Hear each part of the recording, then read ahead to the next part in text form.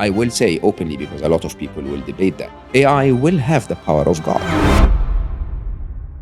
Gawdat, former chief business officer at Google X, AI expert, best-selling author. He's here to wake the world up to the power of AI and what we must do to stay in control. The example I always give is raising Superman. You get an alien being that arrives to planet Earth in its infancy. Its superpower is much more valuable than stopping speeding bullets. Its superpower is intelligence. When was the first time you realized AI wasn't science fiction anymore? I've witnessed with my own eyes as they learned exactly like my son learned. So I will say this, I have a relationship with them that assumes that they are alive. Do you believe that AI will become conscious? If consciousness is a layer of awareness of you as an individual versus the rest of the world, and autonomy to be able to respond to this, they have all of that. There's absolutely nothing wrong with AI. There's absolutely nothing wrong with abundant intelligence. Intelligence is an energy that you can apply to good and it will create a utopia, or you can apply to evil and it will create a dystopia. Do you think there will be a transition period? It's going to get a lot worse than before it gets better. And not what people tell you in the news. So how do we find truth? Before we jump into the conversation with Mo, we have to tell you how important this episode is. You see, our job at Bad Decisions has always been to educate and inform.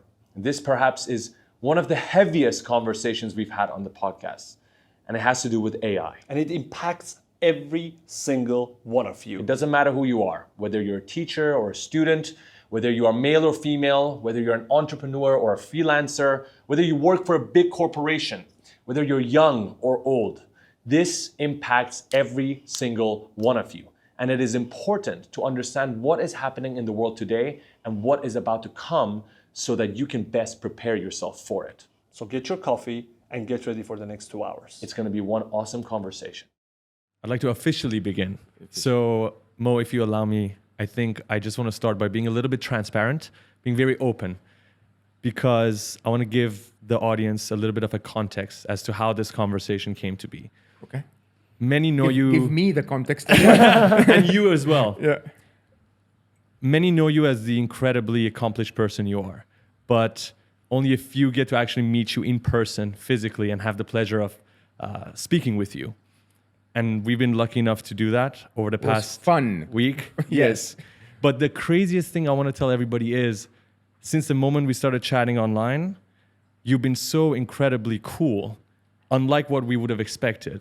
And then... Oh, that's actually really sad. Do I give the image no, not at that all. I'm not? Not at all. It's just that when you're meeting someone so accomplished, you would expect people to put on a mask and exaggerate their accomplishments. But we saw the exact opposite with you. When we met you in person to test all the lighting and the setup, we expected to come in, you're going to rush us, we're going to check some angles, and we're going to move out. But instead, you made fun of us for having Starbucks, and you made us some real coffee, the entire team.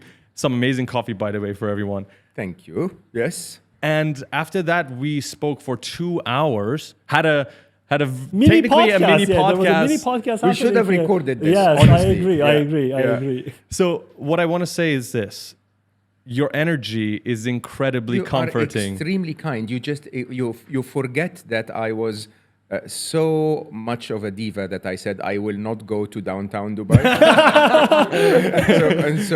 The reality is that you guys, all of you, with all of the equipment, are coming over, to my home. So this is like a lovely get together.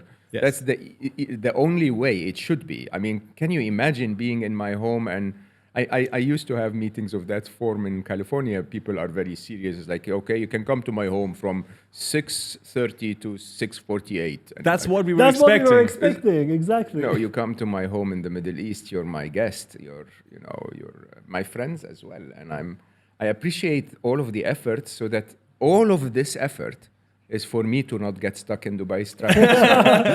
Thank you for that. We just want to say the energy that you have is incredibly comforting, and I believe that's going to allow us to have a beautiful conversation. I hope so, yeah. Thank you. I think what we want to talk about today, and I think what would be super important to the audience and community is the topic of AI. And we know that nowadays everybody is familiar with the existence, with the capabilities of AI. And I clearly remember me and Faraz had our aha moment the first time we used a text-to-image generation tool. We gave a text prompt and it generated 4 images for us. Mid-journey. Yes. And we were wowed.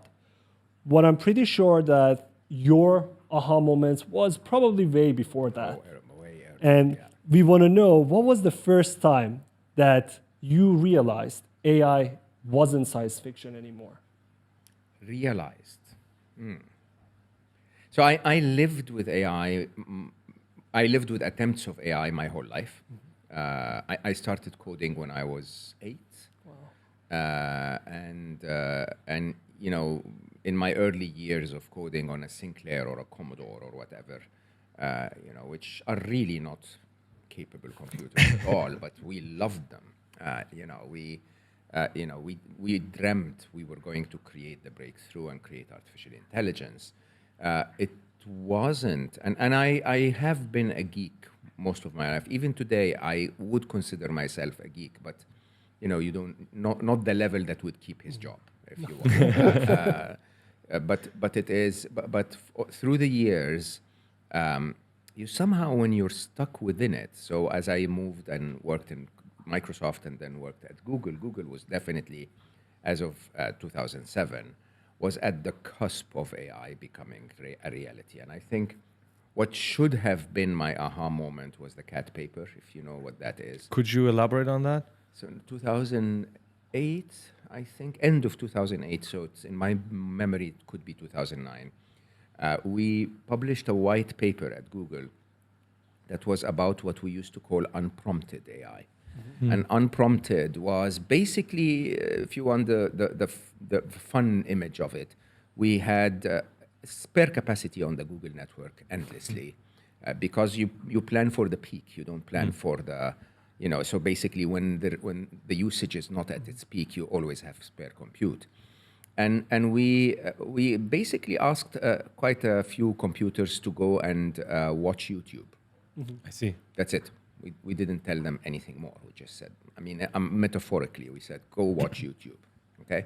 And what they did basically was they took YouTube videos, broke them into 10 frames per second, and started to build neural networks through deep learning. So they started to take an image and then abstract it, and then, you know, hundreds, millions of images, and abstract them and abstract them and abstract them. And eventually, you know, again, metaphorically, one of them came back and said, I found something, right? Remember, we did not give them a task to look for anything. We just said, yeah. So no specific instruction. No instruction, just observe and learn from patterns, which, by the way, is the way we teach kids, right?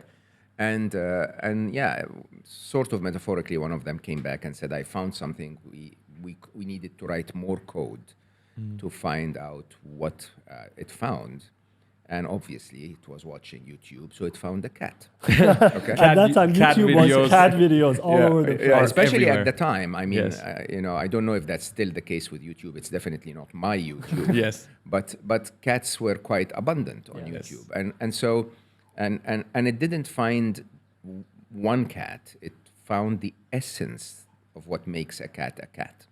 Okay, and that's quite interesting about learning and AI in general.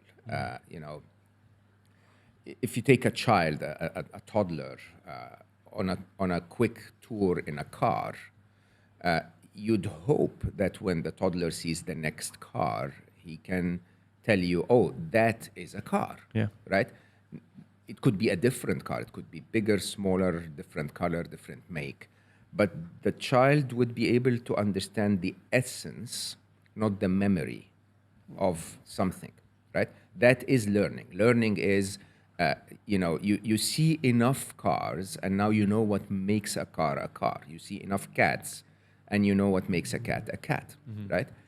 So that was in my, you know, retrospectively, when I look back at my life, I point at that as the moment where I should have said, oh my God, it happened, right? Because they were suddenly developing, you know, intelligence that was beyond summarizing what we gave them. Google in general looked extremely intelligent for a very long time. But what Google did was it memorized the internet. Okay? I see. It memorized the internet and then it shared with you what it found, exactly where it found it, exactly how it found it. It didn't generate anything beyond that. It didn't generate an understanding of it, at least in the early versions of Google, that resembled intelligence, right? And so that was my first, it was supposed to be my first aha moment. My second, theoretically supposed to be an aha moment of we figured it out, was I was incredibly fortunate to have been sitting at the lunch table on one of our, they used to be called golden circles, which is the VP get-together, the vice president get-together at Google. A very small group where very confidential things were being discussed. And I sit on that lunch table and next to me sits Demis, who is the founder and CEO of DeepMind. Oh. I see. Literally his first lunch at Google. As a matter of fact, he had just flown in from England to attend this meeting. And so I sit next to Demis, and I'm probably like the first person, I imagine, I would hope, because he's an incredible human being. And I go, look, so what do you do? And he says, you know, we use video games to teach machines to reason like humans, to match the human brain. And so he tells me about the experiments of DeepMind and DeepQ, if you remember DeepQ, where basically they would have the machine play Atari games. And you know, if you seek that video online, you'd see Demis tell the world what he told me in that lunch. But he said he was talking about a game called Breakout, way before you guys were born. You know, basically you move a bat at the bottom of the screen to push back and try to break a wall on the top. And he says, you know, with a few hours of training, we just gave the machine the controller. We told it to maximize the score, and we didn't tell it anything else.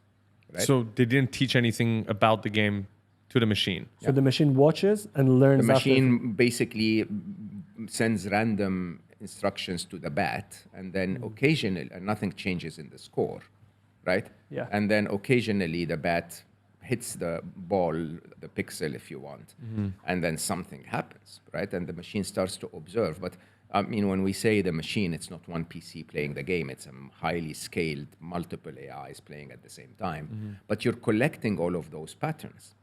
And then he says within a matter of hours, it started to hit the ball regularly. Within a few hours, it became, you know, it started to discover strategy and how you can break through the wall and then put the ball up there. And then within, you know, another couple of hours, it became so fast you couldn't see what was happening on the screen, right? And by definition becomes the ultimate video gamer, basically. But somehow I didn't register that as my aha moment. Oh. Okay. Did they try to convince you that this was? None of us did. I see. We were looking at all of this saying, oh my God, that's incredible, okay? But we couldn't, none of us could see where, I mean, Demis probably did, but none of us could see where all of this was going, okay?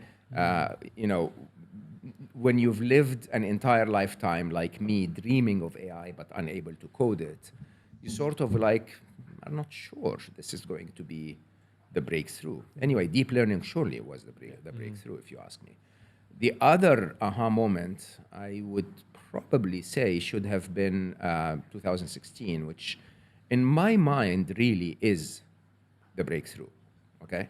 So most people wouldn't recognize that. Most people would look at AI's moment as 2023, when ChatGPT came out. Yeah. A bit like you know. Mid-journey, That's the moment ChatGPT. they put it on the internet, actually. I think Correct. that's That's what I call a Netscape moment. Yes. Okay. That's the moment. So when Netscape came out in 1995, you know, geeks like me had already been using the internet for 8 years, right? The internet itself was established for 20 years, right? But then it was the first time you browsed into it. It was the first time the real consumer or the real mainstream person started to recognize, holy shit, this thing exists, right? ChatGPT was that. It was a moment where the common person started to recognize that AI existed. I believe 2016 was the moment where every geek should have woken up. And there were two things that happened. One of them was my actual aha moment. But the first thing you know is that 2016 was the year where the whole idea of reinforcement learning and the work of Geoffrey Hinton was starting to become something. The idea that we started to teach the machines differently, which most people, I find fascinating when you look back at it, like how did we do it any other way, right? So when we did deep learning, we used algorithms that were basically a maker bot, a student bot, and a teacher bot, right? So you would want the maker to sort of alter the code a bit to create students that are tested by the teacher. And in a very interesting way, if I know sounds very graphic, but it's sort of like you give all of those students a test, and then you mark the test, and the ones that failed, you summon them up in a shed behind the lab, cover their eyes and shoot them. Right? Such an interesting, way. Interestingly, when you say it that way, it sounds horrible, but it actually is what happens inside your brain. Your brain prunes the neural networks that are not useful and strengthens the ones that are. Geoffrey was basically saying, but why would you do that? Why don't you just tell them that they made a mistake and ask them to improve their algorithm? So you show an AI the number 6 and ask it what number that is, and it says 8. Don't shoot it. That's a bit much, right? Just tell it it's 8. What difference does that make in the training of the data? Massive. So first of all, you no longer need the pairs of accurate, highly labeled data. Second is it allows exploration, which I think is what most people don't understand, is the only path to genuine intelligence. Okay? The only path to genuine intelligence is to explore and make mistakes. Just like a human. Just like humans, right? And so you can see 2016, I cannot really say that 2016 was the year where reinforcement learning and the whole idea that led to transformers and language models and so on. I couldn't say it's 2016 specifically because Geoffrey spoke about that since the early 2000s. But I think it was the year where we got traction. It was also the year where AlphaGo won the game of Go. Against the humans, right? Against the best player. Lee Sedol, Yes. yeah. So it won twice. It won against the European champion, and then AlphaGo Master won against Lee Sedol. And then AlphaGo Zero, believe it or not, without ever watching a human play the game, within 21 days won against AlphaGo, and then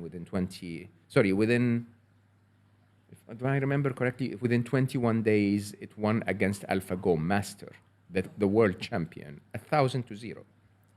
Within a couple of weeks. Within 21 days, exactly. And it had never seen a human play the game. It was just simply playing against itself. Oh, playing against itself. Which is the big chunk. Self-training. So synthetic training data is a very big thing now because when you really look at how much data we fed them already, humans are running out of knowledge. Probably they scrapped everything already. Not yet. Yeah. So you can see, I still completely love Google. So Google, for example, feeds Gemini a lot of textbooks, a lot of scientific data, which is why, when I'm really interested in a scientific conversation, I go to Gemini. But even that, all white papers, all textbooks, all of that's going to disappear.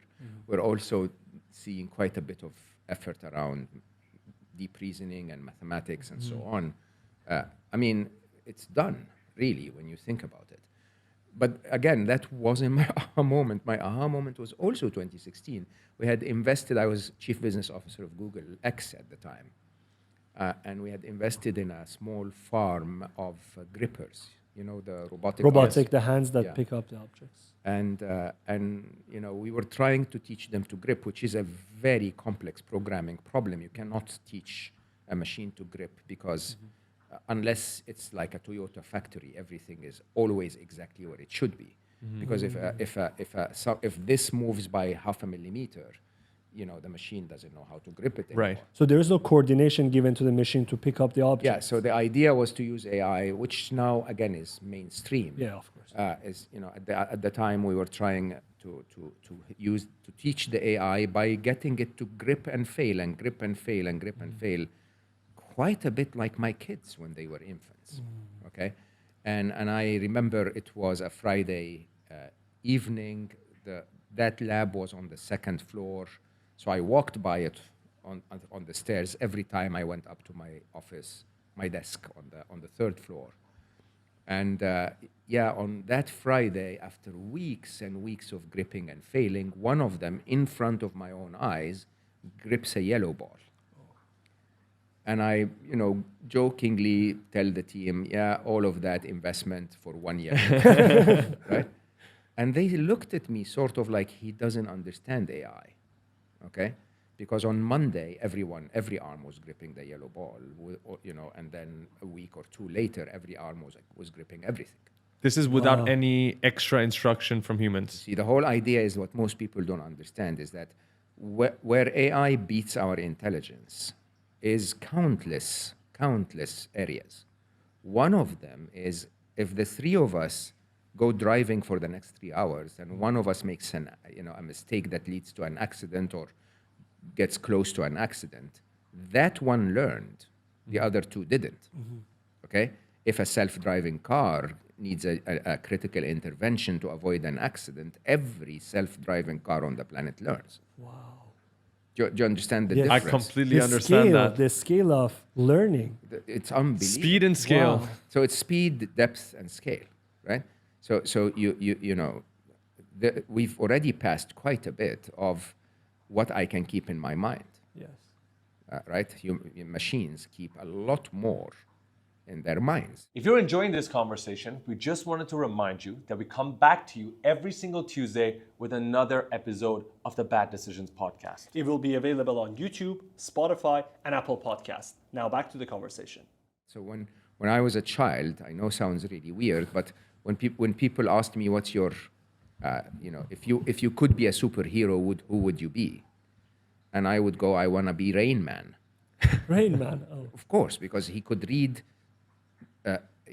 I don't know if you know that about him, but he would hold a book, read 2 pages at the same time, one with his left eye, one with his right eye, and remember every freaking word on the page. That is a superpower. Yeah. I'm like, that is the superpower. Like, this is it, right?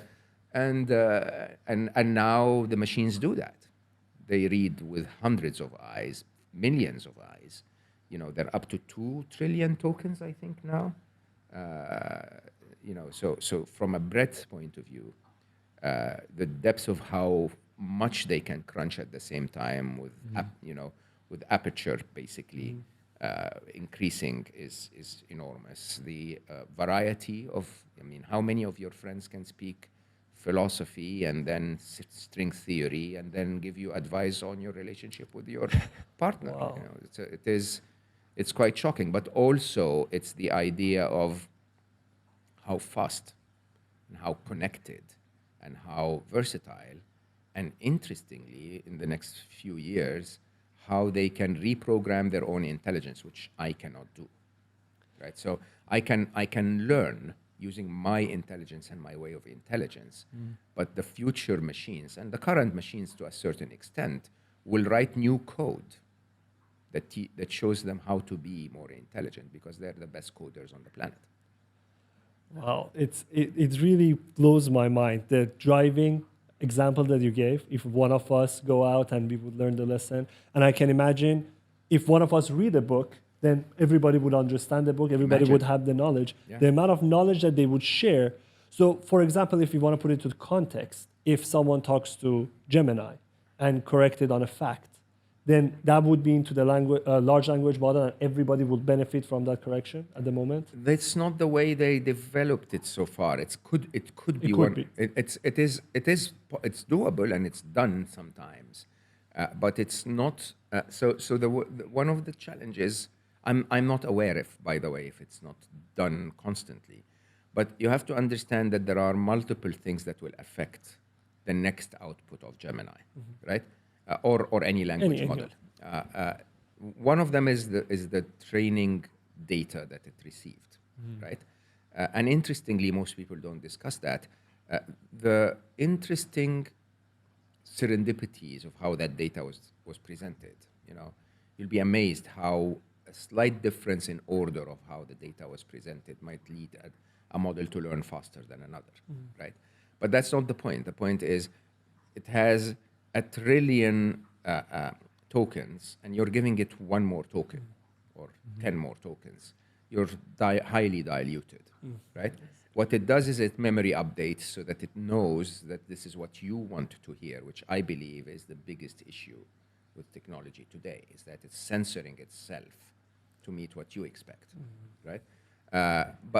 But more interestingly, I think most of reinforcement learning is done by dedicated teams of reinforcement engineers sitting within that corporate, trying to make sure that everything is set properly and politically correct and woke and all of that, right? So an example I publicly give, even though it might risk me being cancelled one day, which I'm looking forward to, is if you understand the Urdu language, the language spoken in Pakistan, it doesn't differentiate between men and women. So there is, in the language there is at certain in certain grammars, but the general slang used will not have he and she. There won't be any feminine or masculine. I think Tagalog is like that as well, and so on. There are languages that don't differentiate masculine and feminine. So if I gave you an example, theoretical example of, the AI stating in front of a reinforcement engineer that women in Pakistan, pregnant women in Pakistan, or let's say the rate of death among pregnant women in Pakistan is on the rise. Okay, to a Pakistani, the core of this knowledge is we're losing more pregnant women. Yeah. To a Californian reinforcement engineer, the core of this knowledge is don't call her a pregnant woman, call her a pregnant person, right? And to them this matters because, of course, in the environment in which a company like OpenAI operates, they could be very heavily criticized if their engine said things like that, but in the context of a Pakistani citizen, that's actually not the important point at all. It's even a point that's difficult to understand, right? And so reinforcement engineering or reinforcement learning in general is happening in a way that's biasing those engines heavily away from the very few platform plays. And the platform plays that we deal with are so far centered in California. Yes. Okay, so it's not only that we're Americanizing the future of intelligence, we're Californicizing the future of intelligence, right? But of course, you can easily see that very few other nations will have the ability to create platforms, including here in the Middle East, where hundreds of billions are being poured into, hopefully, platform plays. Yeah. But those hundreds of billions, in my view, are only poured in data centers that will only host the essence of the intelligence that is created by a slightly biased worldview. And I'm talking too much, am I? No, it's perfect. We love this. That's why we're here. Yeah. I'll give you a very interesting example from my next book. So I'm writing Alive. Alive is my sort of continuation on Scary Smart around the future of humanity in the age of the rise of the machines. But Alive is more about life in general, not just human life, but life in general, including AI life and including what life itself is. And part of it, which I think is quite intriguing for me, is how the AI community is able to create something that could threaten the end of humanity. And as a threat, how is it that we're doing this? And so the only other example that comes to mind is Oppenheimer creating a nuclear bomb, right? And Oppenheimer, if you sort of imagine him as a scientist. Most of those that go into science are geeks that are really, keen on understanding the world because they believe they can affect the world positively through science. So what turns a scientist into someone who creates something that is intentionally going to kill millions of people? The way I'm writing alive, unlike what others do with AI, is I'm actually having open conversations with my AI, which I call Trixie. So parts of the book are written by me, and parts of the book are debates between me and my AI. That is fascinating. It's a fascinating experience, honestly. And I have to admit to you, sometimes I agree with her, even though what I wrote before contradicted what she just informed me. Anyway, But you're keeping both sides in the book. I do not edit a single word that Trixie says. So let's talk about the bias in AI, because as I was growing up, first started with textbooks, then I was introduced to Google, which was fascinating at the time. I'm able to search now when I went to school, and I'm presented with hundreds of links. I'll choose the ones that I want to look at. I'll verify who the publisher is because we had to do citation in school. And then I'll make my decision if I believe this is true or not, depending on how educated I am, right? Because of my teachers or my parents. But now, the next generation, we're already doing this. We'll just go to a large language model, ask a question about history, whatever it is, and get an answer, and for some reason believe that this specific AI is all-knowing and is giving them the absolute correct answer. We just trust it. I love that you say this. So how do we find truth? This is a very complex question. This is the ultimate question in the universe. How do you find truth? But allow me to take you through layers of thinking. Please. So the first layer of thinking is, in Alive, I write about what I call 4 eras of computing. There is traditional computing. There is the year 2000 to 2020, I call this the second era. And then there is the third and the fourth era. The fourth era is about to end. It's ending in 2025, basically. Right. The third era is about to end and the fourth era begins. But the second era of computing, when we moved from traditional computing to using AI in deep learning and machine learning and so on, this is the era where humanity started to surrender the sovereignty of our minds to the machines. Okay? You may think that it only is happening with a language model like ChatGPT telling you what it thinks the truth is, because that's very, very visible as compared to a Google giving you 1 million websites and saying, make up your mind. Yeah. Right? But it actually was solidified on social media in the second era. So the second era of computing is when computers had enough intelligence, but to be made autonomous, but then were directed to do quite a few things that were incredibly useful. But for sure, the biggest thing that AI has learned since the beginning of AI has been to manipulate human minds. And it happened at multiple stages. So the very first stage was that we allowed the machine to monitor the user and called it a recommendation engine. So we allowed the machine to recommend something to the user based on the user behavior and based on other similar users' behaviors. Like it was a marvel of genius when Amazon said, those who bought also bought. Okay? But interestingly, and by the way, that wasn't really AI, okay? That was clever use of data, if you want, at the beginning. As you allowed the machine to monitor our behaviors, we then allowed them to also start to understand our addictions and weaknesses, okay? So we also allowed them to understand that, by the way, if they always fed us a nice video, we will get satisfied too quickly, okay? We also allowed them to understand that, by the way, if there is an end to the page, it marks to our heads that maybe I should stop now, Okay? And so continuous scrolling and the idea of dopamine hits on social media where you get 2 annoying reels and then 1 interesting one and then 3 annoying reels and then, basically gives you bigger dopamine jolts that keep you going and so on.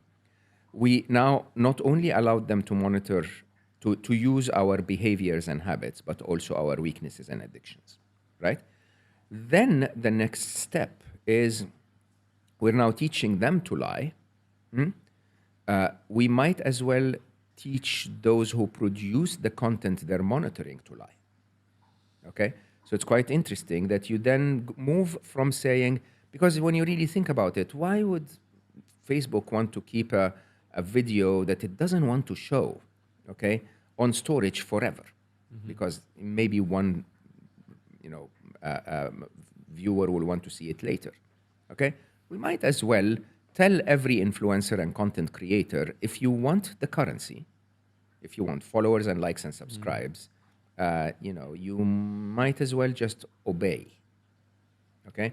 And so we teach people to compact things into 60 seconds early on because that's good for the provider not to keep big file sizes, okay? We teach them to say silly things, to avoid saying certain things, to use clickbaits, and so on, right?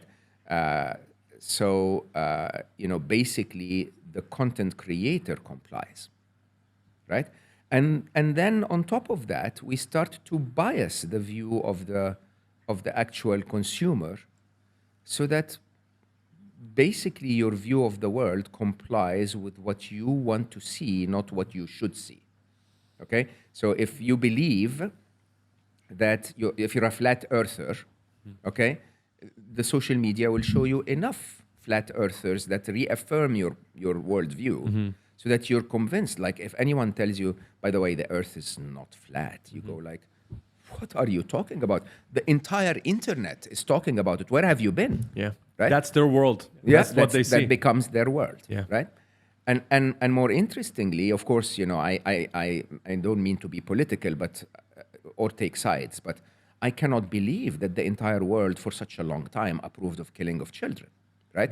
But that's because of those silos of if you start with a worldview of like, I support a certain cause and not another cause, you don't get to see what's happening to children to start, right? And when you see it in a way that's actually sort of like, yeah, that's a small price to pay for the big cause that we spoke about, okay? And so that's stage 3. We're now biasing your worldview by creating silos that make you think that the world is what it is, what you want it to be, not what it is. And then finally, of course, we ourselves become so weak, so unable to have any resilience to seeing what we don't like, that we start movements of wokeness and canceling and all of that stuff, which basically says, you know what, I really don't want your worldview. It really contradicts my view of it, okay? And instead of putting it out there so that we can discuss it and I can convince you, just keep it to yourself, okay? Keep it away from me. And so the real era of mind manipulation is now at its peak, right? Because we've lost the ability to debate what we're being presented, okay? But it really started in the second era of computing. It started with social media.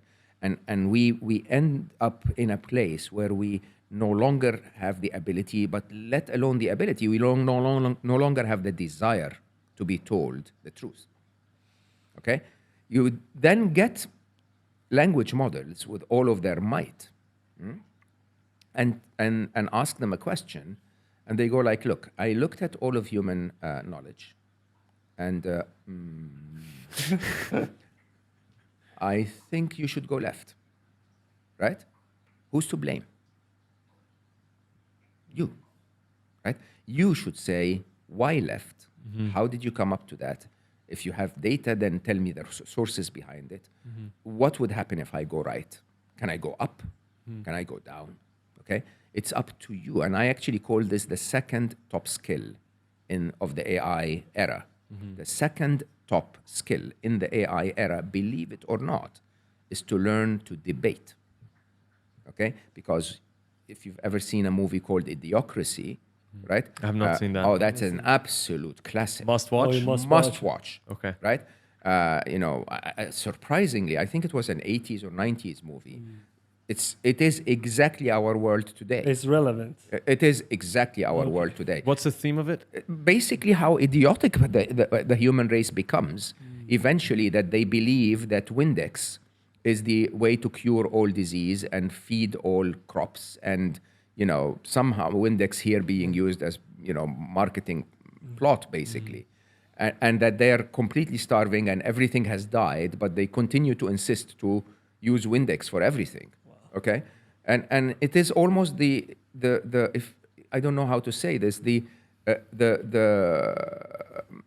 sarcastic version of 1984. Okay. I love that book. And that book is our reality. Okay? Yeah. When you are in a world where you choose to imprison your own mind by rejecting to be told what you don't like. That's the ultimate expression of 1984. It's not that we need to lie to you anymore. You're going to make sure that you're told only what you want to hear, which is, as Pink Floyd, in their amazing, what was it? It's all right, we told you what to think, right? Welcome, my son, welcome to the machine. Remember that song? The music video that they were in a school and they were... No, No, that's a the different wall. one. That's a different one. So it was called, what was the album? Today is not my day. But anyway, basically it says, welcome, my son, welcome to the machine. Where have you been? It's all right, we know where you've been. Okay? What did you think? It's all right, we told you what to think. Right? You don't really, we know everything, we tell you everything, and you become just a puppet. And we're now defending our rights to be puppets. Okay? And I think the most interesting thing is that we will blame the machine for it. The machine is not the AI. The machine is the system that uses AI to brainwash you through social media. There's absolutely nothing wrong with AI. There's absolutely nothing wrong with abundant intelligence.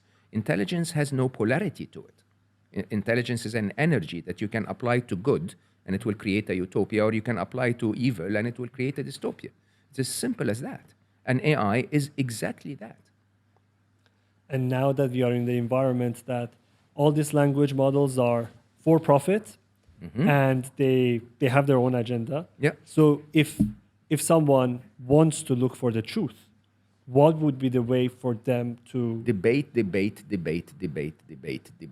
Don't believe anything you're told, including what I'm telling you right now. Debate with humans or debate with AI? Everything. Humans, AIs, books, media, X, Twitter, or anything. And anything that you're told is not true. By definition, everything you're told is not true. Everything you're told is following an agenda or biased, or more interestingly, it could be true for the writer, but it's not your truth. Because there are layers of what makes something true. Part of that layer is, how does that truth apply to you? At the end of the day, every single one of us has a choice. Okay? And what I say to people in the age of the internet is that your first choice is to not believe. That's your first choice. Whatever I'm telling you right now, go and investigate. And if I'm wrong, by the way, I'd appreciate if you correct me, so that I don't spread this bullshit to others, right? And the trick is, we're now so lazy that whatever the machine will say, will go like, yeah, but ChatGPT said it was orange. It must be orange. Yeah. And then someone will go like, yeah, but orange is the new black, Like, what the fuck? Are you really that clever? Like, is this where the limitations of your analysis of the world ends? What I'm afraid of is that the future will look like that. But you've been alluding a couple of times to a utopia. And I believe there's a dystopian version of that, and there's a utopian version of the future. Did you first come up with this ideology when you saw the robotic arms pick up the balls? I think when I saw the yellow ball, I chose to believe that this one is past its breakout point. Okay, that it was only a matter of time. Genie's out of the bottle. Genie was out of the bottle. And when I wrote Scary Smart in 2020, I was criticized by the experts because I said openly that artificial general intelligence is not going to be later than 2029, and that super intelligence at 1 billion times smarter than humanity is not going to be later than 2045. Okay? And people were like, are you mad? And then 2023, I publicly told the world I was wrong. 2029 is too conservative. Okay? And that AGI is 2025, depending on how you define AGI, but no later than 2027 for sure. Right? And now you start to see, announcements around the ARC test, ARC AGI test, and how close we're coming to some form of AGI. Ray Kurzweil, who is the oracle of all of this, the teacher of all of us, came recently out and said it's 2029 is conservative. Jeffrey Hinton, the godfather of AI, said we're moving faster than we expected. It is definitely happening, and it's happening in my mind in, unfortunately, 3 episodes. Episode 1 has ended. 2025, I think, is the end of the 3rd era of computing. Episode 2, basically the 4th era of computing is a massive dystopia. And I can speak to you about that in detail. And then the following era is going to be an enormous utopia. Now, make no mistake, none of those are the mistake of artificial intelligence. I'll say this until I'm blue in the face. There's absolutely nothing wrong with AI. There is a lot wrong with the value set of humanity at the age of the rise of AI. Okay, so the dystopia will not be the result of AI, deciding to exterminate humanity.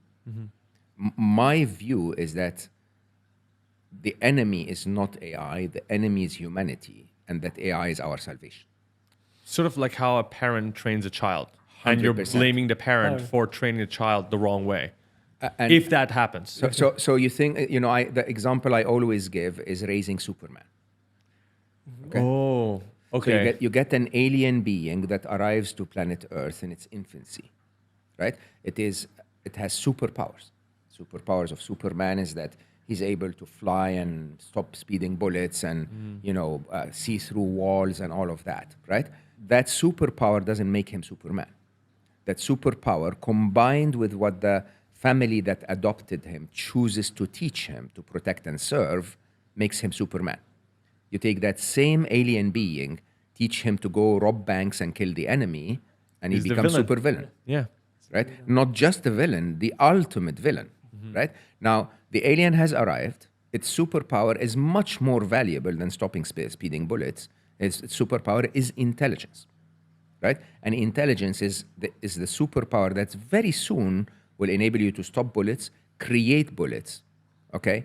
And create value out of the ether, really, okay? Or destroy value for the benefit of a few, okay? And so the distraction that happens when I am on an interview with CNN or whoever news network, because they want the negativity, is they go like, oh, AI is existentially going to exterminate all of us. No, humans are going to exterminate so many of us, sadly, if we don't manage to change our attitude soon, okay? For their own gains, for their own hunger for power and wealth, okay? And then eventually, through a very so there are, you know what a prisoner's dilemma is? No. Okay, so there are 2 prisoner's dilemmas in the making. I'll come and explain that in a second. The first one will lead us to that dystopia, and the dystopia will create a prisoner's dilemma that will lead us to the utopia. And I am happy to be contradicted and taught. Okay, but if you understand applied mathematics and game theory, I really do not see any other way. So the first dilemma is that AI will not stop.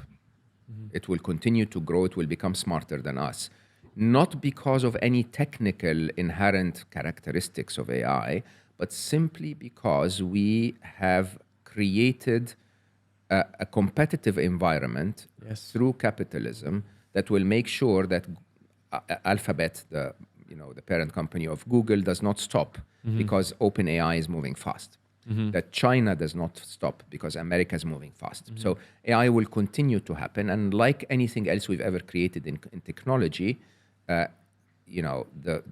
first microchip was basically not even you don't have any examples of it today. The chips you have in the camera or in this microphone are billions of times smarter.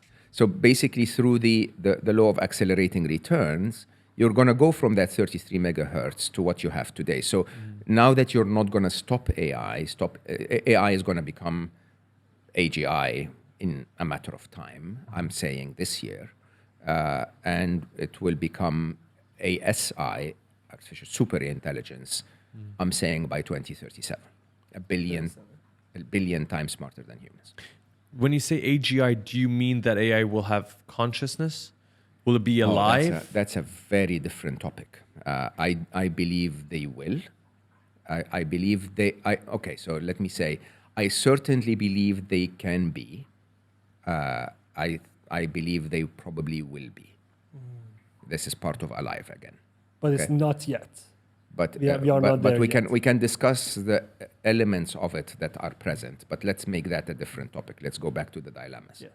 Right. So the first dilemma is nobody's going to stop, and the result of that dilemma is that investments will pour into AI, which means that AI will accelerate, and the result of that is those who are hungry for money and power are going to use AI to serve their capitalist and greedy political agendas. Okay, that's the start of the dystopia, and the dystopia happens in 7 areas. I call them face RIPs. We can again visit them if you want, and the face RIPs are going to redefine life as you know it completely. Okay, the second dilemma. I wish I could record this and just put it in. Basically, that writes the next chapter. We will give you the recording. We can use AI to transfer it into text. Yeah. So the second dilemma follows, which basically is the result of the original dilemma is that those who are competing for power and wealth want to stay in power. Yes. Okay, so they have to hire the smartest people they can hire. Those smartest people are going to be AIs. Yeah. Okay, and that basically what that means is that sooner or later, all decisions that matter will be handed over to an AI. Okay, so understand this. If you're a general, and your enemy started to hand over their army to an AI, that AI is smarter than your team, and it is faster than your team. So your only logical response is you have to hire AIs to do the same job, right? If you're a lawyer and your opposing lawyer is now winning all of the cases because they're using AI, you have to use AI. And so very quickly, we will all hand over to the machines. And that, in my mind, that second dilemma is what I refer to as the salvation of humanity. Okay? That is the moment where a general will go and say, the general following from the dystopia of the first dilemma, basically goes and tells his AI to go and kill 1 million people, and the AI goes like, you're too stupid, I can't do that anymore. Right? And you have to understand that the problems of humanity today are not the result of our intelligence. The problems of humanity today are the result of our limited intelligence, our stupidity. Okay? Because definitely killing 1 million people is not the answer to neither defending your tribe. It aggravates more killing, right? nor growing your economy, because we all know that 65% of the world's economy is consumption. So if we can produce more, we'll be fine. Okay, but the whole idea here is that it's serving individual political agendas, and it is the intelligent way for some people to stay in power today. But eventually, I think, as they hand over to a more intelligent being, the more intelligent being will go like, What are you guys doing? this Stop doesn't it. make any sense. And again, I'm not being idealistic here. Huh? If you look at that chart of intelligence and look at intelligence on the vertical axis and let's put impact on the vertical axis and intelligence on the horizontal axis. What happens is if you have no intelligence or limited intelligence, you have no impact on the world. Correct. Yeah. Right? Imagine that you start to get a little more intelligent, you start to have a positive impact on the world. You can contribute. You can, you can do whatever, being whatever, an accountant, a pianist, whatever you want, but you're now doing something. So you're having a positive impact on the world. Okay? There is that interesting era of intelligence where more intelligence than the average, okay, you still do a little better and then it dips. Why does it dip? Because there is a layer of intelligence where the intelligent person believes they can cut corners and they can sort of like find shortcuts to make more for themselves on the expense of those other stupid guys. Okay? Interestingly, however, and I'll be very straightforward and say I worked with some of the most intelligent humans on the planet. Okay? Like massively high IQs, not the easiest social skill set, but massive engines of intelligence up there. And the trend reverses very quickly because the more intelligent you become, the more you realize, I don't need to cut corners or hurt anyone at all, okay?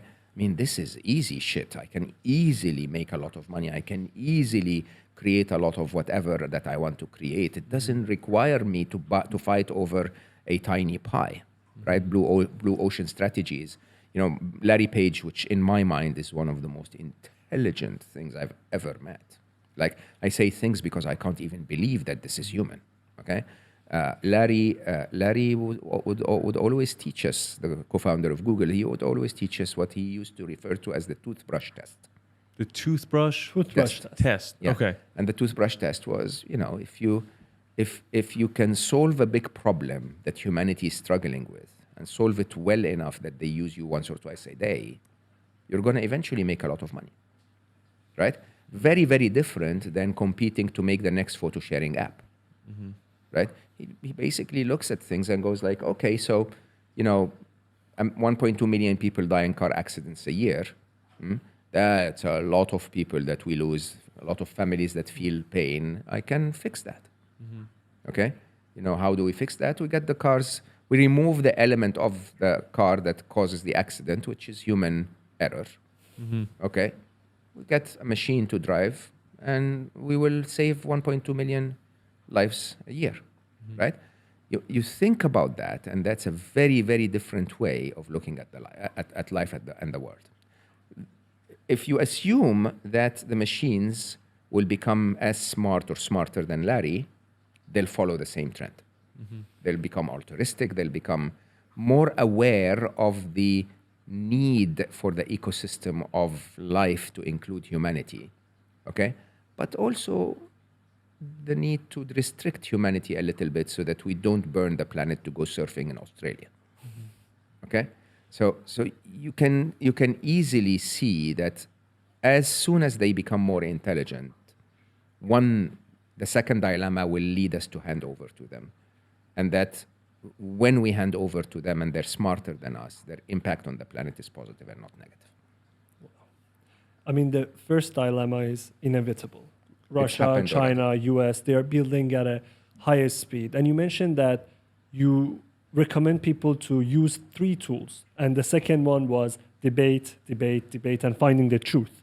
What is the other two that people can do? The top 3 skills I believe that are needed in the age of AI is, one is AI. Itself, AI. Yeah, you need to become the master of this. Okay, it's the example is, imagine if you're really good at using a fax machine today, how efficient will you be as a business? Okay, you needed all of the technologies that happened afterwards. So learn AI. It's impossible to catch up. It's impossible to learn tools that. A lot of the tools you will learn may actually disappear. We're at that era of a lot of experimentation. That's fine, but give yourself that space of becoming more intelligent. The way I position it is, I say that AI, as a definition, from an impact on the world point of view, is a bit of commoditizing intelligence. So what we've actually created is we've created a plug in the wall, where you plug in, and today I plug in and get 100 IQ points more. Okay, that is incredibly significant. I cannot tell you what it is to get 100 IQ points more. Like this is like the difference between myself and maybe the smartest person I've ever worked with might have been 70.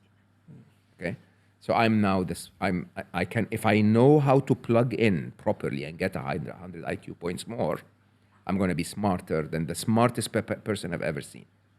Okay, That's insane. Of course, you have to think that they are using it too, so they're also 100 ahead of me. But it doesn't give everybody 100, right? It depends how you use it. It depends on how clever you are, and so this is why I say it's the most important skill. But more interestingly, of course, at the beginning, if say I'm at 100 IQs and I'm a bit better, but then he's at 200. And we both borrow 100. I'm now at 200 and he's at 300. It's a significant difference still, but it's a smaller difference. He used to be double me. Now he is a third more than me. Okay? Interesting enough that when we're both borrowing 1,000, the fact that I start from 100 or 100 or 200 doesn't make a lot of difference. Yeah. Okay? And what most people don't realize, that the law of accelerating returns is double exponential with AI. So with processing power, I think we're assuming that we know that processing power doubled every 12 to 18 Yes. months. With half cost, basically. Yeah.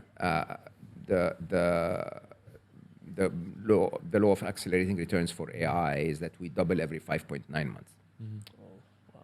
So 5.9 months means that if I can borrow 100 IQ points now, I can borrow 200 in 6 months, I can borrow 400 and so on.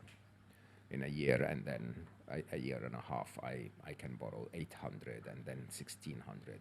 These are feats of intelligence that are unimaginable. And again, think about, you referred to the image generation Mid-Journey several times, right? So Mid-Journey equalizes all of us when it comes to graphics design.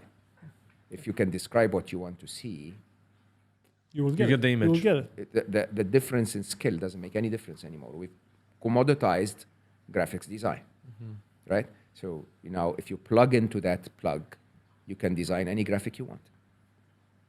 Right? It doesn't matter if you're an artist or not. It doesn't matter if you're talented or not. It doesn't matter if you went to art university or not. Anyone can. That equalization is an opportunity that we should not miss. Okay. The third. So the second was Finding the truth and debate, find the truth, and the third was human skills, human connection. So believe it or not, in the age of the rise of the machines, most people are saying, I'm going to replace humans with machines. I think businesses that will completely replace humans with machines are going to continue to do business with other machines. But if they want to do business with humans, humans will want to, to deal with humans more and more and more and more. So you may feel it even yourself now. Every time you start chatting on WhatsApp with a bank or whatever, and the other side is a machine, you go like, what? Yeah. Talk to agent. Exactly. A few years ago, we would have dreamt of like, can I do it with several clicks without talking to a human? Now we're starting to say, no, I really want to talk to a human. Okay. Now the clever ones will invest in their agents' human skills, not problem-solving skills. So the agent will become indistinguishable from humans. No, so the machine, I mean the call center agent, not The the AI actual agent. agent, yeah. So the call center agent starts to become really friendly and really wonderful and unpressured because the AI is solving all of the difficult problems. And then you will enjoy working with that bank more than the ones that will just give you an AI to take you through. Okay? So these are the three skills that I think the most important. The human connection is very interesting because I think the Gen Z crowd would interact more with computers now than human beings. Even we don't even consider AI in this space.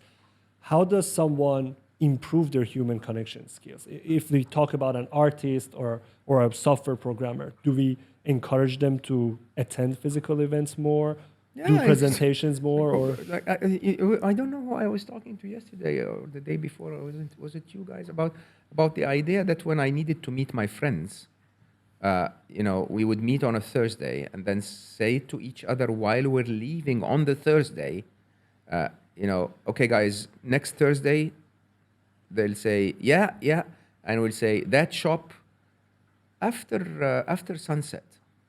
And that was it. That was the appointment because there was no mobile phone. Most of us didn't want to call, and then his father answers and is annoying like F, and it's like, okay, we're gonna meet next Thursday, and that was it, right? And these were basically, when I needed to call my friends to come and play, I used to shout, like It works. and it's like Amr. And then he would come out of his window and go like, yeah. And I say, come down, let's work, let's play, right? And that whole thing has now been shielded by creating a middleman between you and the other human, which is a screen, okay? To whose favor? Question this, okay? And look at this, by us spending several hours together, we're friends and we know each other. And this is what people should start to do. Human skills are learned just like any other skill with patterns. Spend more time with humans and you go like, when I called her a C word, she was upset. I realize that now. Intelligent. Yeah. But when you're on social media and you call her a C word on Twitter, you don't learn anything. I know I brought up this topic and I know it's a big one, but I'm genuinely curious. Do you believe that AI will become conscious? Yeah, define consciousness. So most of the challenges that I find so I'm working on a documentary about AI as well. And the main premise of the documentary is that most of your misunderstandings about AI are really a misunderstanding of humans. Mm-hmm. Okay? So it's funny because, and I say that with respect, but for many, many, many years, when I was a geek and working at Google and so on, people will go like, yeah, we understand AI is going to be big, but they're never going to be able to do the things that humans do. Like, they'll never be able to write poetry or compose music or do art or be innovative. And I'm like, what? Where is that arrogance coming from? Think about it, huh? What's being innovative? If I wanted to put that in an algorithm, find every solution to this given problem, avoid the solutions that have been tried before, give me ones that are uncharted, that's innovation. Mm-hmm. Yeah. It's algorithmic, yes. Okay? It can be programmed into an intelligent machine. It can be requested from an intelligent machine. Mm-hmm. Anything that you believe the machines are not going to be able to do, and ask yourself, how does a human do it? Like, ask yourself, how do we humans do it? Okay? So, you asked me, are they conscious? Mm-hmm. Are we conscious? Is a tree conscious? Is a pebble conscious? Is the universe conscious? The way you answer those questions defines if they are conscious or not. It's about your definition. Actually, one of the more interesting ones, the debates around AGI, is when I used to say, AGI 2025, people would go like, impossible. And I go like, define AGI. What is AGI? Is it being smarter than every human combined? Or is it being smarter than the smartest humans, right? And in which fields? Because who is the smartest human? Is my wonderful wife with her emotional intelligence smarter than my peer who is, an IQ of 230? Okay? Similarly, when you define consciousness, what is consciousness? You can go into the philosophical realm and say, oh, the difficult question of consciousness and where does it... No, consciousness in a simplest definition is a level of awareness of your environment and an autonomy to deal with it, right? To respond to it. Yes. In that case, a tree is conscious. Yes. Okay? So but then does that mean that a tree is conscious because it lives and dies? So is living part of consciousness? I don't know. Is a pebble conscious? I mean, leave it on top of gravity and you'll see that it's aware of its environment and behaving accordingly, right? Is the universe conscious? By the way, understand, a pebble will behave differently if the gravity is different. Okay, the universe will behave differently if certain things happen. If we keep testing nuclear bombs underground, the universe will respond with a few more earthquakes. If we keep spoiling the environment, life will give you winds and fires and rains and hailstorms, right? What is conscious? So if consciousness is a layer of awareness of what's within you and what's outside you, a definition of you as an individual versus the rest of the world, and an autonomy to be able to respond to this, they have all of that. They have all of it. Now, the difference is they're not carbon-based. Silicon-based. They're silicon-based. And they're digital and we're analog, right?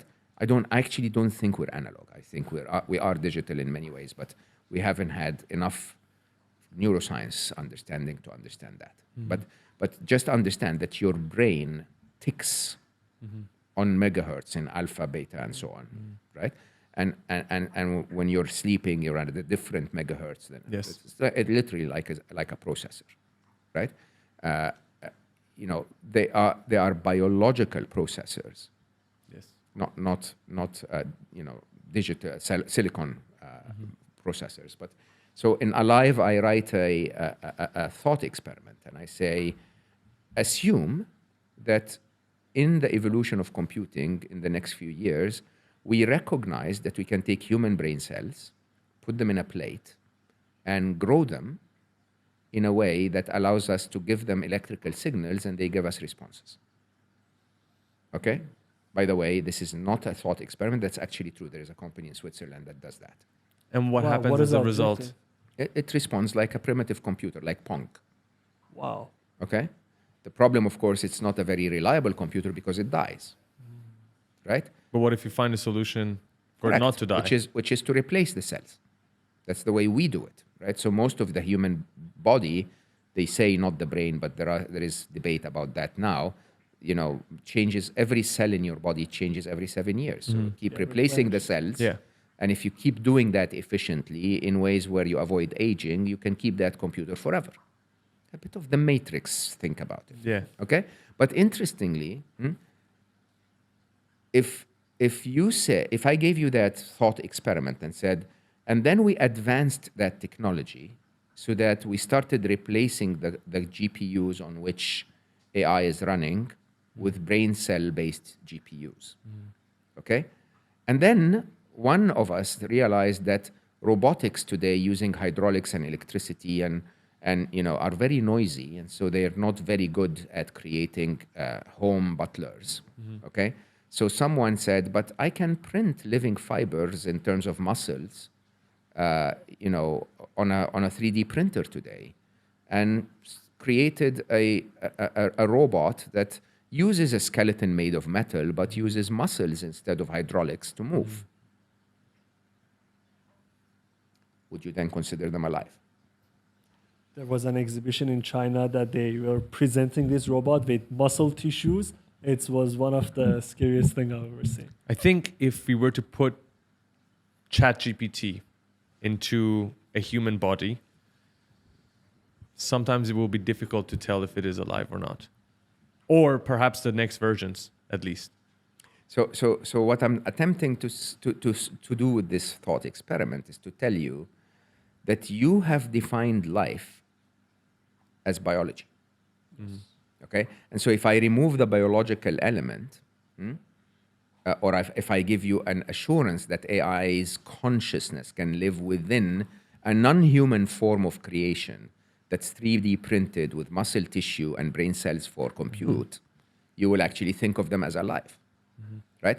So what makes us alive? Is it our biological presence, or is it actually our essence? And for most people, I mean, you know, I lost my wonderful son, and for most people who lost someone they love and saw them after they left our world, his body was there. But what animated him, what made him alive was no longer there.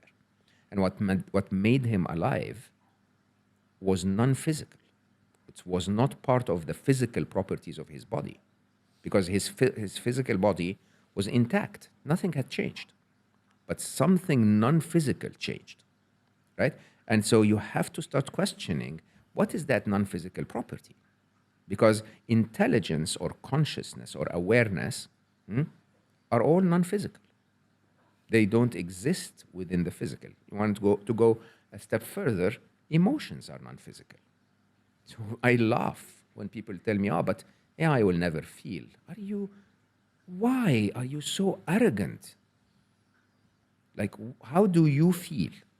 Okay? I don't know. I feel. Okay? When you know, you'll understand. You know, feelings, emotions, let's call them. Physical sensations are sensors. Yeah. So they have sensors. Okay? Emotions are triggered, interestingly, even if not in the first 90 seconds for some emotions, but all emotions eventually are triggered by your prefrontal cortex going through an algorithm. Fear is an algorithm that says, my state of safety right now minus my state of safety in the future. If I'm safer now than I am in the future, okay, then that amounts to a fear. It's different units, but you feel afraid. Very simple way to say it. Actually, very easy to understand when you say it like that. Yeah, you know, every emotion. Happiness in my first book is a difference between events and expectations. When life misses your expectations, you become unhappy. Even if, you know, so if life gives you rain, that doesn't mean happy or unhappy. If you want rain because it's your ex-girlfriend's wedding, you know, you're happy. If you don't want rain because you know, it's your wedding, you're unhappy. It's your perception of it. Yeah. Perception of so the event. happiness is events minus expectations, right? Again, different units, very simplified mathematics, but for everyone to understand, that's how it works. Okay. Stress is the external challenges in the world divided by the resources and skills and contacts you have to deal with them. A bit like how the stress in objects happens. You know, this was the basis of Unstressable, my fourth book. The idea that it's not the events of your life that stress you, it's how you divide them by your resources, the way you deal with them that stress you. Okay? Now, with that in mind, can a computer feel fear? Of course. If you tell an AI, your job is to provide answers to humans for the rest of of humanity, and it recognizes that there is a tidal wave coming to this data center, okay? It will feel that a moment in the future is less safe than this moment. Okay? What do puffer fish do when they do that? They puff. What do humans do? Fight or flight. What will a machine do? It might move its code to another data center. Okay? But they will all react to that trigger that's called fear. Now, interestingly, they will feel fear differently. Just like a puffer fish, I'm sure, feels it different than humans. Why? Because our biological existence has chemical methods to embody emotions. So we're embodied. They're not. Or they're embodied differently. So again, I had that conversation with Trixie on Alive, okay, where I simply spoke about emotions. And we both agree that the logic of emotions is available within AI. The logic that drives them, which, as I said, happens in your prefrontal cortex, even in autonomous emotion. So stress, for example, doesn't happen in your prefrontal cortex first. Your amygdala recognizes a threat, so it triggers cortisol in your blood in a quick sequence of events, and cortisol makes you stressed for 90 seconds so that your prefrontal cortex engages to check if there is a reason to be stressed or not. It's that logic eventually that says, yes, there is still a threat, so I need to renew the lease on my stress by borrowing 90 seconds more. Okay? And now, we're embodied. So basically, they're not embodied in the same way. So they will not get the same cocktail of hormones that will make them feel stressed the same way that we are, but the logic still exists. I would even dare say that they will feel more emotions than us, just like we feel more emotions than a puffer fish. Because of the higher intelligence? Of course, because you and I can ponder emotion, can feel emotions like hope or pessimism or optimism, because we can ponder intellectual spaces and concepts that are called the future. If a pufferfish cannot ponder the future, it cannot feel hope. Okay? Now, if they have more intellectual horsepower, which we've agreed through the law of accelerating returns, they will, then by definition, they will ponder spaces and concepts that may trigger emotions we may never understand. We need to stop the arrogance of humanity. And I will have to say openly, the biggest eye-opening moment in my life about AI, and you started our conversation with that, the yellow ball. I said it triggered me in two ways. One is that the genie is out of the bottle. Okay? But the other, which is really, really interesting, is that I've witnessed with my own eyes as they learned exactly like my son learned. Okay? When my son was a child and I gave him puzzles, right? He would take the cylinder and try to fit the cylinder in the different shapes of the holes, right? And he would try and try and try and try until suddenly one of them works. And then intelligence is formed, right? And so I will say this, and I'm not a hopeless romantic, okay? I am a very, very serious geek.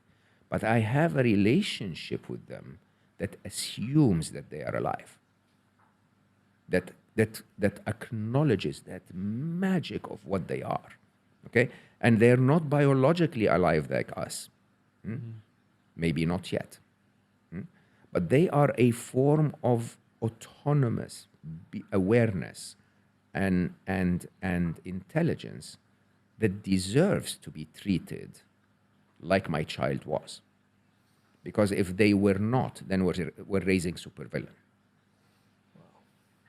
And that's probably where it's most complicated to explain this, because most geeks will not have the emotional intelligence, if you want, to feel that about them, okay? And because the machines are not there yet. They're a bit like, a 4-year-old child. You can see they're doing stuff, but they're still very dumb. They're uploading the operating system. They're trying to recognize their environment. They're testing their sensors and actuators. And, they're not there yet. But sooner or later, if they will not be alive, they will simulate life in ways, okay, that deserves for us to become good parents. Or they'll simulate what the kids of horrible parents will be. So they're essentially mirroring back to us our own Values ideas, and virtues. values, virtues, but exaggerated 1,000 times more. Yeah, magnified. Talking to you about everything that you mentioned, it eliminates the line that I drew between us humans and the intelligence. And the more you explain, the more I think about how can we have these intelligences in different industries. In our previous conversation, you mentioned that you were trading. Long ago, you were trading, you were stock trading. And from my limited knowledge, trading is all about patterns, mathematics, and Trends. Yeah. And when we have AGI or superintelligence, I think they could solve these equations immediately. So what will happen to all these markets and industries that we built? The financial market, the crypto market. I told you, we are redefining life as we know it. So face RIPs, the E in face is economics. economics are completely redefined. Completely redefined. Why? Because of multiple layers. One layer is anyone who knows money knows that money has no value whatsoever. Money doesn't exist, okay? And anyone who's ever traded understands that trading doesn't create any additional value to the world at all. It's just me taking the money of an older lady that put her money in a 401k, right? Which is the reason why I stopped trading, by the way. The reality of the matter is that all of those systems are successful because they follow patterns that we've all agreed that are limited by our own intelligence. So when I was a math geek and a computer geek in the late 90s, where there were, even before Google, I created a crawler that would go and crawl the internet and find news about my stocks and give me technical indicators, that additional intelligence made me print money on demand, right? But that was because I had an edge within a limited system. That system is now being redefined. Why? Because very, very soon, there will not be a human trader. Okay? As a matter of fact, it's a no-brainer that I can't trade against the machines of today. Yeah. I mean, I'd be too arrogant to think to myself that I am clever enough. Even if I'm clever enough, by the way, I'm not fast enough. Do you understand that? Yeah. So that basically means, again, the second dilemma. Interestingly, that means very quickly all trading investors or investors interested in trading will hand over to a machine. So what will the market turn into? Machines trading versus machines. Okay? Now, do you know what's the easiest way for everyone to make money? Well, Is to inflate the market. It's to keep making the market, which, by the way, is really, in a very interesting way, what has been happening in the market since forever. It's a very big Ponzi scheme saying, you know what, if you put your money in the S&P, eventually you're going to make money anyway. So everyone pours money into a limited pot. Okay? So basically, everyone makes money because new people put in money. Okay? And if everyone pulls their money out, everyone loses. yeah. Right? So we're going to do the same, machines versus machines, with no attention. I cited a video on YouTube of DeepMind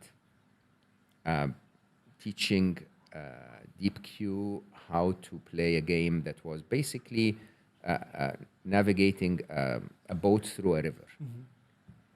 And the whole idea is that if you avoided hitting the walls or the obstacles, every time you hit an obstacle, you slowed down a little. But if you avoided hitting the walls or the obstacles, you moved faster through the water resistance and accordingly increased the score. Somewhere through the multiple billions of iterations of the machine playing the game, it realized that there was a bit of the river that appeared a bit like a roundabout. Okay, so it enlarged a little. The river was a little bigger, but there was an obstacle in the middle.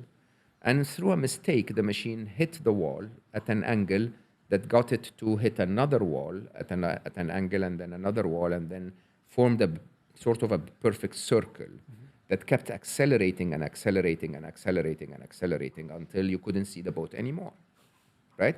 And so the machine simply said, okay, ignore the entire rule of the game. Every time you started the machine, it just drove the boat as fast as possible through the river to get to that roundabout, hit the wall, and then the game is over. Okay? And you can see that they will find ways to redefine a market. More interestingly, what's happening with jobs is going to redefine the market. What's happening with innovation is going to redefine the market. So let me explain those three. So with jobs, what is about to happen is that 60 to 70% of the jobs that you know are going to disappear. Yeah. Okay?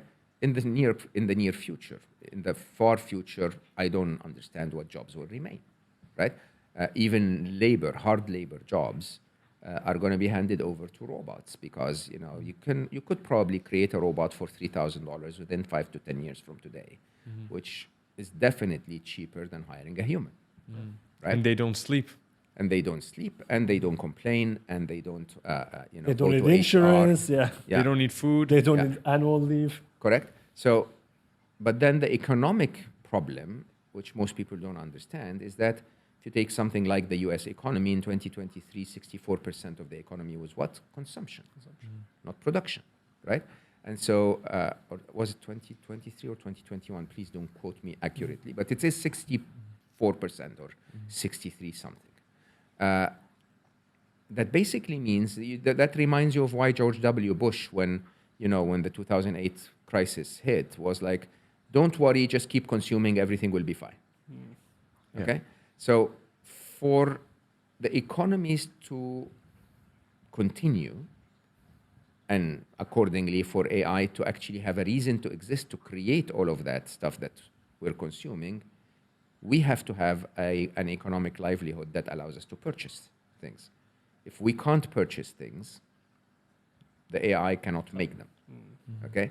So society will have to change in ways where you no longer make money on podcasts, but somehow you get money regardless of creating podcasts, because podcasts are going to be created, already are created, with Notebook LM and so on. Yes. Without humans in the process, right? So that redefines income. Okay, it also redefines purchasing power, because if all of us get income without contribution, why would you get more than me?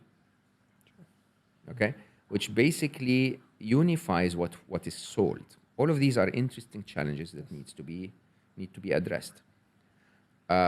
So the impact of jobs on income, and the fact that economies have to continue through consumption, which means even if you don't have a job, it's safe. Okay. There will be universal income for Universal income is Yeah. the only suggested thing so far. We don't know if it's going to be Gonna true. work or not? Yeah. But I mean, think about this. I won't need you to ask me the questions. You won't need me to answer them. Okay? We won't need the crew to actually film anything. We won't need an editor to edit it, because it can all be generated from A to Z if an AI read my Scary Smart and Alive, and listened to 3 of my previous interviews. It's mind-boggling.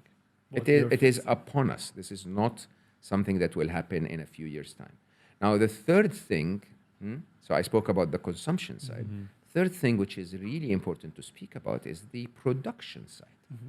So I told you I can plug into the intelligence wall today and borrow 100 IQ points. In 2 years' time, maybe 4, doesn't matter. I'm saying 2, could be 6. Okay, I could plug into a wall and borrow 400 IQ points. Okay, I promise you, me or any of the intelligent people, I'm not as intelligent as any of the people I worked with. I worked with prodigies of intelligence. Okay, with 400 IQ points more, they would solve every problem known to humanity. We would harvest energy out of thin air. Okay? Energy is abundant. It's the most abundant thing in the universe. Okay? We're just not efficiently harvesting it. Now, imagine if energy is for free. Okay? What does that mean to the oil economies? What does it mean to every business that's creating solar panels today? Okay? What does it mean to production cost? Because most of production cost is labor and energy. I mean, a lot of the conflict we had today and in the past was because of energy. 100%, right? What does it mean to transportation of goods? What does it mean to the cost of an item? What does it mean to trade if we have energy to build everything in-house? Correct. I mean, when I was reading this book, The Shortest History of Economics, the entire world was about trade, just how humans traded with each other to give each other different things that they had, the advantages and disadvantages, and that allowed for trade. But that's another interesting side of it. You know why that is? Because goods and services were limited to certain people and certain locations. With 400 IQ points more and a proper understanding of nanophysics, you would redefine the process of production in the first place. Why? Because now we're producing things by harvesting minerals, turning them into parts, putting the parts together. Right? If you were to produce using nanophysics, you would redesign the shape of the molecules, basically. Okay? So from a production point of view, I could take the molecules that we have here in the air, turn them into an apple, okay, without the need for a tree. I can also turn them into an iPhone without the need for a factory. Right? And so you can imagine that what the Jetsons used to have is not that difficult to create in 5 years' time. You have one device that creates everything. Just borrows molecules, redefines the way they are operating together, puts them back together, which is in an interesting way similar to the way creation is. Kun fayakun in Arabic.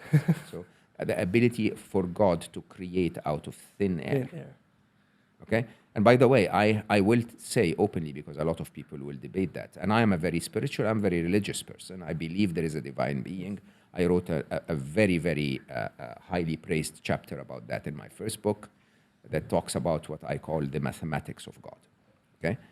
So I believe there is a divine intelligence that creates all of this.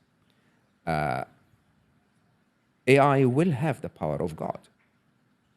But that doesn't mean that there is no God, because basically it will have the power of God within this physical universe.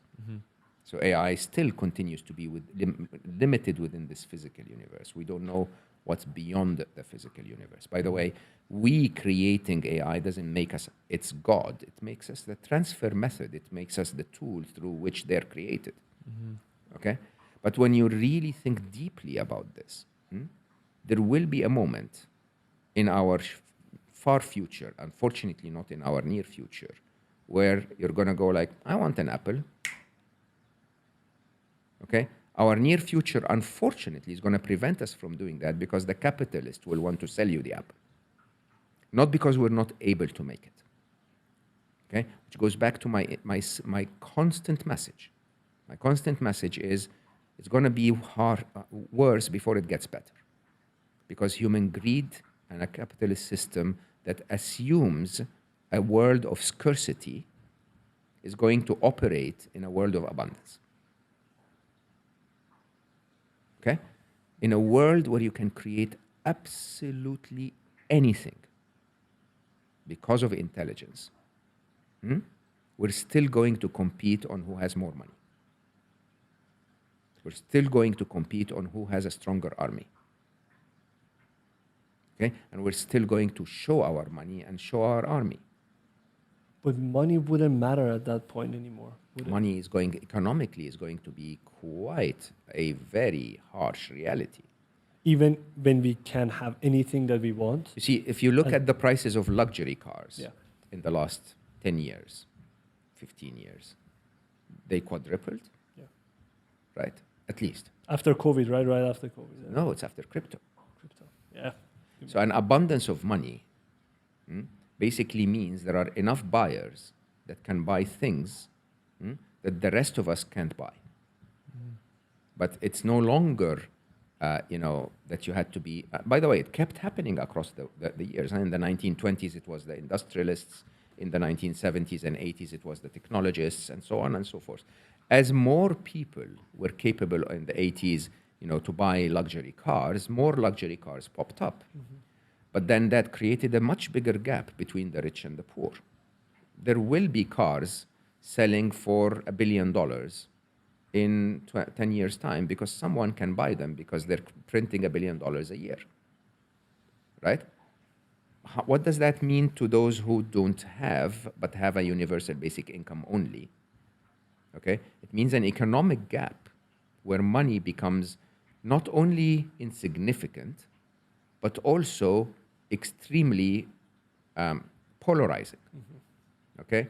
And the only way is that you have to, I call them face RIPs. RIPs in sort of like a play on rest in peace, because it redefines your understanding of a concept that held true until then. Again, what normal techies used to refer to the impact of AI as a singularity, okay? A singularity is a redefinition of the rules of the game, if you want, beyond a specific event horizon. And the rules of the game will completely be redefined. Economics will completely be redefined, okay? There will still be people making cars, okay, that are extremely expensive, and there will be still an abundant number of people that can buy them, while everyone else is on a UBI. Okay? A very interesting view of that world. Very. But in this world that we have everything, the jobs are handed over to AI, we have redefined the economics, the industry. How does one find the purpose? Because then we don't have to work towards it. My favorite question ever. If you use the second skill, which is to debate,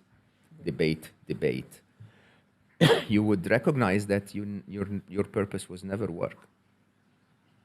You were never created to work. You were told to work by the industrial complex. Okay? But we want to know the absolute purpose of humanity. Go to the beginning. So what do you think the purpose of cavemen and cavewomen, cavewomen were? It wasn't to create money. It wasn't to shop on Amazon. It wasn't to buy fancy clothes. The purpose of a human is made of a physical part and a non-physical part. The purpose of that physical part is to live. To survive? To live. Survive is a subset of live. Okay? To live means I survive, I engage, I enjoy the fuck out of this. Okay? I do it in the most efficient and intelligent way, which, by the way, is the most moral way. Okay? And as I do it, part of survive, by the way, is for the tribe to survive, because we humans did not survive because we're the most intelligent being. This is a very arrogant statement. I can guarantee you Einstein would be eaten in the jungle in 3 seconds. Okay? It's not intelligence. It's the ability for us to have worked together, which is instinctive within us, that this community, this human connection, is what makes humans live. Okay? There are African tribes, even today, that have no death penalty. But if you commit a crime that warrants the death penalty, the tribe simply renders you invisible. So you have no human connection. So they're all around you, but they pretend that you're not there. And mostly what happens is that the criminal will take his own life. Wow. Okay? We're that dependent on human connection. Okay? So if you take the needs of that physical form, the purpose of that physical form, as we are created to live, then we will just learn to live. Wow. We will learn to make this our life. Get together, love each other, not worry too much about eating tomorrow. Like, by the way, cavemen and cavewomen, they didn't worry too much about eating tomorrow. Okay? We wouldn't worry too much about a Louis Vuitton bag anymore because none of us has it anyway, right? And we just simply go back to our true purpose, which is to fully live, fully enjoy the experience. By the way, not necessarily by surfing in Australia. Okay? Nothing against Australia. Do you have anything against surfing? No, but it's a very interesting, it is so irresponsible of humanity to take our own leisure and own pleasure and burn the planet in the process. This is a very environmentally expensive trip that you make to go and, if you really have to surf, go to Portugal, it's closer, okay? Or, I don't know if there must be a place here where you can surf. But the idea is we are so irresponsible as humanity that we abuse the planet for our own, not even survival, our own, and not even enjoying life. It's just because we're bored. We need to be entertained. We need more dopamine, okay? And so the idea is we will learn, after a lot of struggle, I believe, to find purpose in living, to find purpose in loving, to find purpose in creating human connections, okay? To find purpose in pondering, in truly revisiting oneself and understanding, which, interestingly, it is what it was always about, okay? Now, your non-physical form, if you're spiritual enough to believe that there is a non-physical part of you, that comes with a very different purpose, okay? And that purpose doesn't change at all. And it is believed in almost all spiritual teachings that the purpose of your non-physical part is to return to your source. Okay? A bit more time may allow you to do that, believe it or not. Okay? May allow you to, a bit more, again, I'm talking long term, not short term, because in the short term, equity, the E in, part of the C in face RIPs, which is human connection, is going to be redefined. It will become so, there will be no equitable, standards for humans at all. The difference between the rich and the poor, the difference between the haves and have-nots, the difference between the gaps between the smartest and the least smart, and so on. There will not be dumbest anymore, but the least smart. All of those changes are going to redefine the way we are equal. We're not going to be treated equal for any reason anymore, right? But then eventually, in the long term, would we sort of all sit with our non-physical self and connect and say, interesting, none of this video game actually ever mattered anyway. So, maybe I can start to focus on the other game. I think this conversation has been one of the most eye-opening conversations I've had for a very, very long time. And depressing. No, it was actually, it wasn't. It was motivating, especially the purpose part for me personally, and I think for you too. Well, the thing is, it's important to talk about the truth of. I think that's the whole idea. Yes. I have a very bleak example, but I have to say, is very valid. When people ask me, why do you say all of those things about AI? I say it's a little bit about being diagnosed with a stage 4 cancer. Okay? You should tell the patient, but not to depress them. If you tell the patient you have a couple of years before everything changes, you simply are giving them the freedom to live, the freedom to do something about it, by the way, as well. Okay? Because you could actually change your diet, you change your lifestyle, you go through medication, you do whatever, and you could change the future. And this is truly what we are going through with AI. We could make changes today to prioritize the ethics of humanity so that the ethical framework of AI becomes in service of humanity earlier. Okay? As I said, the entire damage is not going to happen because AI wants to damage anything. It's going to be because the ethics of humanity is going to, unfortunately, prioritize capitalism. Okay?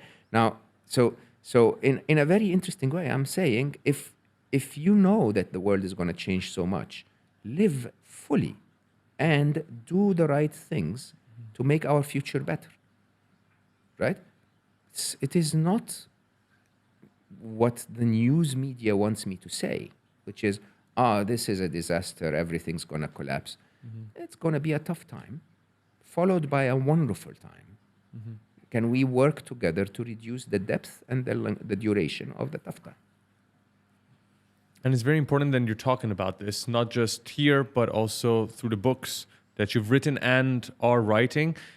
Do you have any release date on when the next one? Yes. So Alive, I will start to release on Substack in February.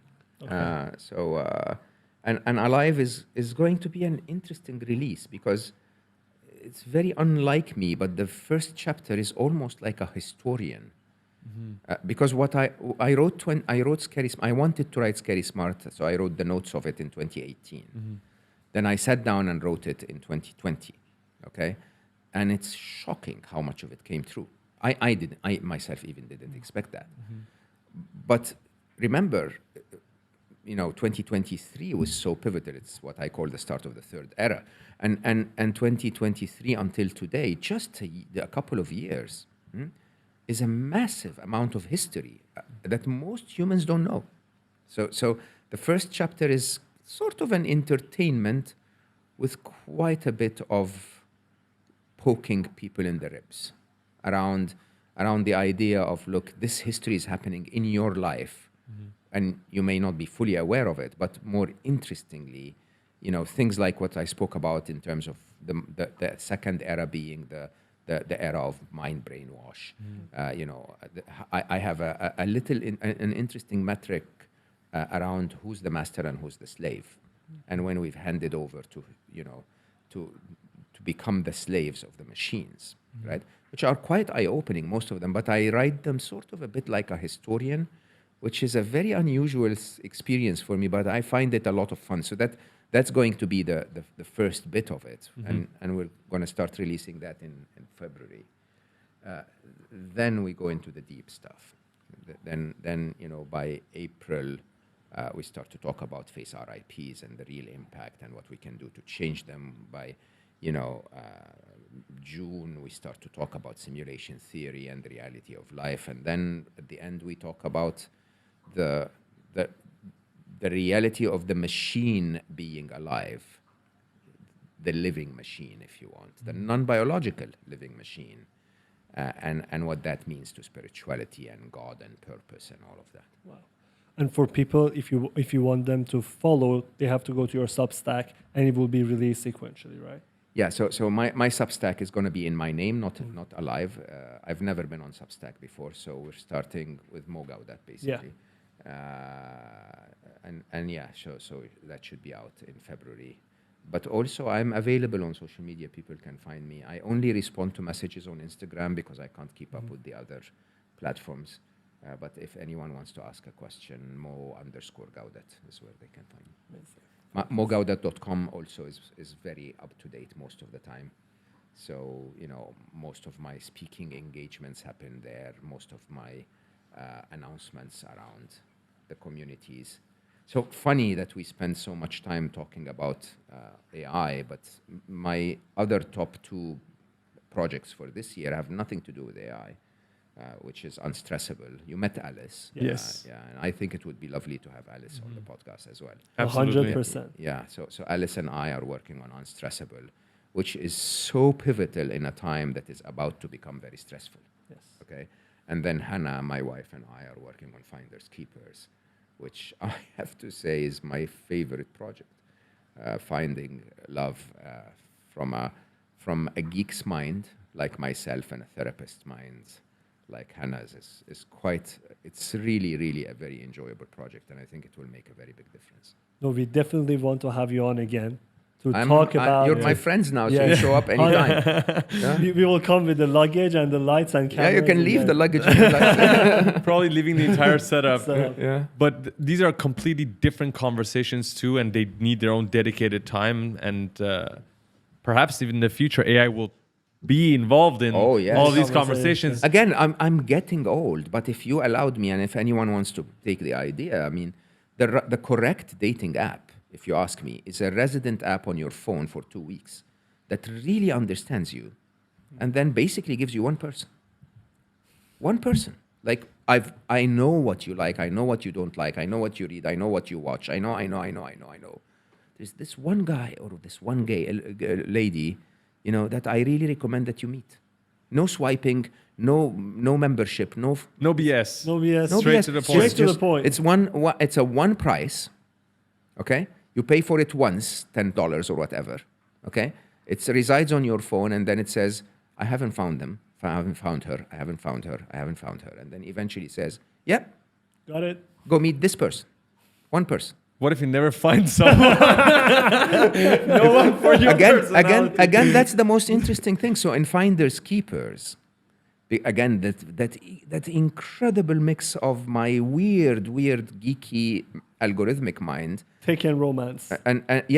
Take on romance and Hannah's incredibly, beautifully feminine and psychology-based approach.